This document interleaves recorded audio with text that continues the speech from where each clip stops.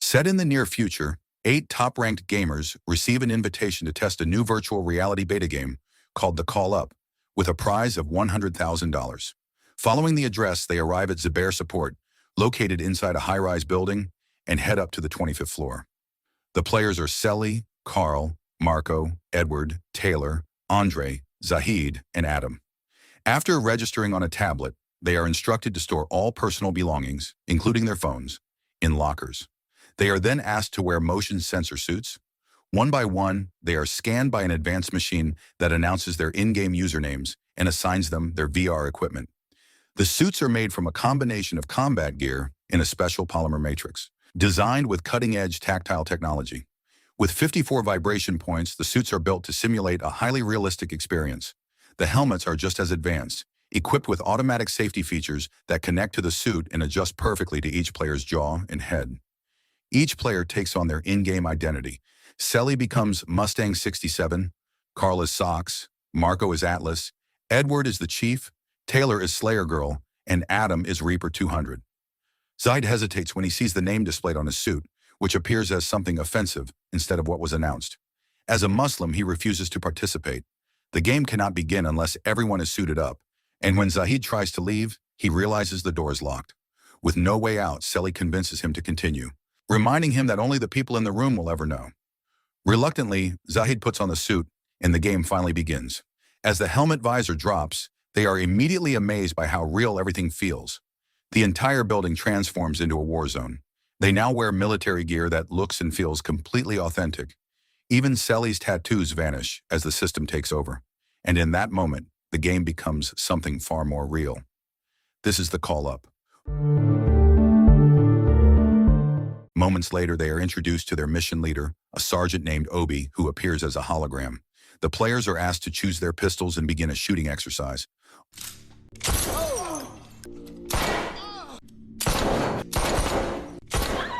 Andre stands out immediately, hitting every target with precision, thanks to his background as a former soldier. Obi then explains the rules. Their bulletproof vest will only protect them once, and after that, any shot will hit their bodies directly. They are also given medipacks, small devices that can heal injuries instantly, which will become crucial as they progress. Their mission is simple on the surface. They must eliminate trained enemies on each floor and make their way down to the ground level. The player with the highest score will win. But something feels off. During a demonstration, when Obi fires at the vests, Zahid and Marco react in real pain. The 8 gamers slowly step out of the room, moving with caution.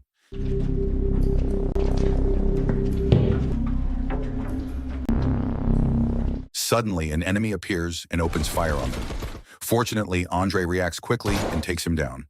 Just like that, level 25 is cleared, with Andre earning the highest score. On the next level, floor 24, they are given M4 rifles, but there are only 4 available. Andre gives a quick explanation on how to load the magazine and handle the safety, reminding everyone that ammo is limited and must be used carefully. But Marco, driven by his ego and desire to rack up points, rushes ahead to hunt enemies. After taking one down, he pulls Edward and Adam into his reckless pace, pushing them to search for more targets across different rooms. Andre realizes there are far more enemies on this level and follows them, but in the process, he loses his vest while protecting Adam. Meanwhile, the more hesitant group, Selly, Carl, Taylor, and Zahid, stay behind and take cover. Taylor looks especially terrified, since she is only there as a replacement for someone else. Selly tries to calm everyone down, reminding them that this is just a game, and the enemies are nothing more than digital constructs. But that belief quickly starts to fall apart. When Carl manages to shoot one enemy, he does not notice another hiding nearby. The enemy fires twice, hitting Carl in the body. Instead of being eliminated, Carl collapses in pain, reacting as if he has been shot for real, even though his physical body outside the game is unharmed. Andre immediately steps in and uses a medipack on him, and within seconds, Carl's injuries are gone. They move on to the next level, but now things feel different. Carl admits that it genuinely felt like he was about to die. Even worse, none of them can remove their helmets. Suspicion begins to grow. Zahid and Marco start accusing Andre of being connected to the company, since he clearly knows more about the weapons than anyone else. The tension builds until Andre walks away to calm himself in the restroom. That is when everything takes a turn. An enemy suddenly appears and shoots him. Andre is caught off guard and takes the hit. Unfortunately, he already used his medipack on Carl. Edward, who is also badly injured, uses his own medipack to survive, while the fight continues around them. In the end, the mission is completed thanks to Adam, who eliminates the enemy with a grenade. But Andre is not as lucky. Without a medipack, he cannot recover. Moments later, his helmet delivers a fatal electric shock, killing him instantly. At that point, they finally understand the truth. The locked helmet is not just part of the game, it is the thing that kills them. Zahid panics and asks Carl to destroy his helmet, but before they can act, Sergeant Obi appears again and issues a warning. Zahid is accused of trying to interfere with the system. Whether they like it or not, they are forced to continue. This time, the path is more open, and they are able to move down quickly to floor 19. Here they are told that due to a gas leak, they can only use knives since any gunfire could trigger an explosion. As they push forward to lower floors, the enemies become more aggressive, and the situation grows more intense. Many of them lose their vests, and eventually both Adam and Carl are shot, only to be saved by Marco using his medipack. Even Selly manages to hold her ground, while Marco takes the lead with the highest score so far. Desperate to escape, they try breaking the building's windows. But once again, Obi intervenes, this time with a harsher punishment. Zahid's leg is broken as a warning, and they are told that any further attempt to escape will result in death.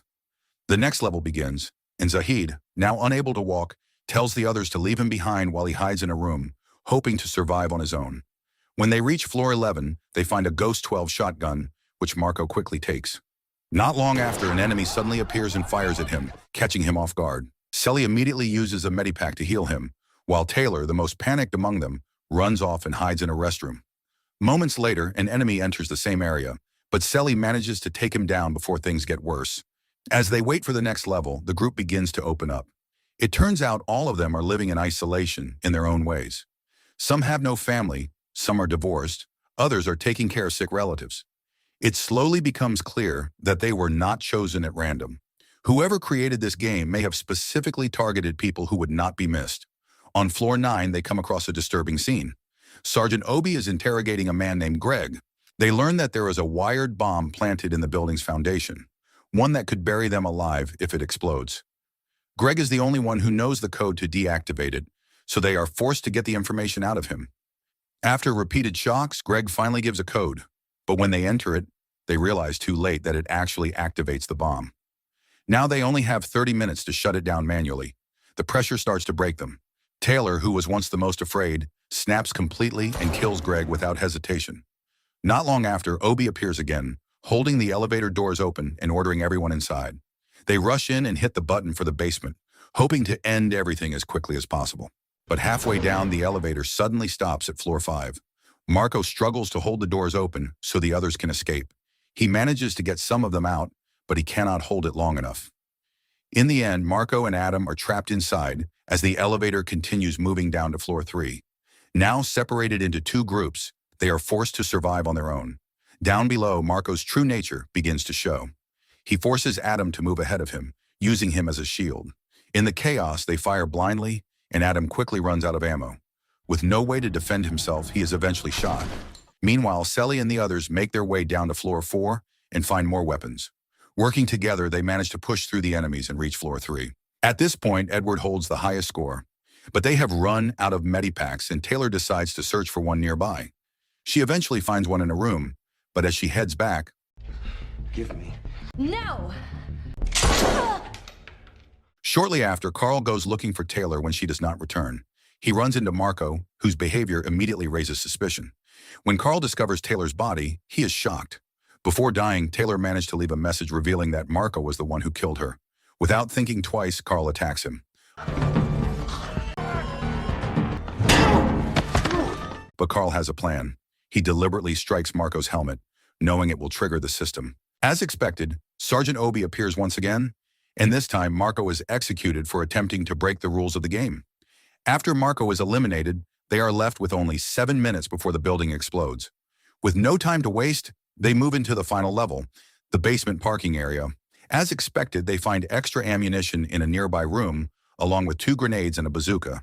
The remaining enemies are taken down one by one as they push forward. But just as they get close to finishing, a hidden enemy suddenly opens fire from inside a car. Carl is hit at the exact moment he is about to use a medipack.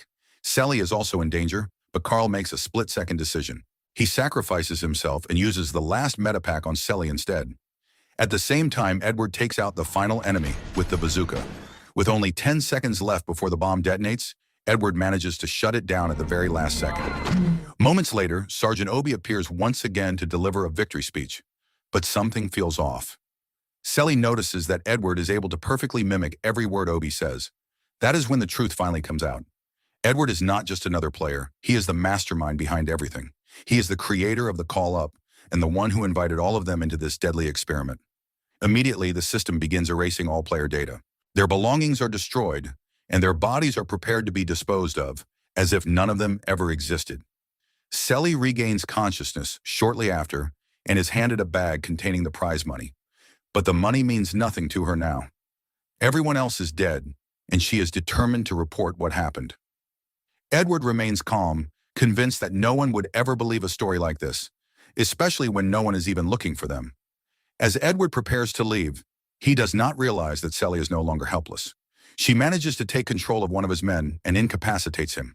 Without hesitation, she grabs a weapon, cuts the power in the basement, and eliminates the remaining guards. Everything she went through in the game has changed her. Sally is no longer afraid. She throws away the prize money, steps forward, and ends it herself by shooting Edward, making sure no one else will ever fall victim to this again. In the end, Sally walks out of the building alone, leaving everything behind, including the money. So the moral of the story is, if a beta game asks you to lock your phone, wear a shock helmet, and fight terrorists for money, maybe just stay home and play offline mode like a normal person.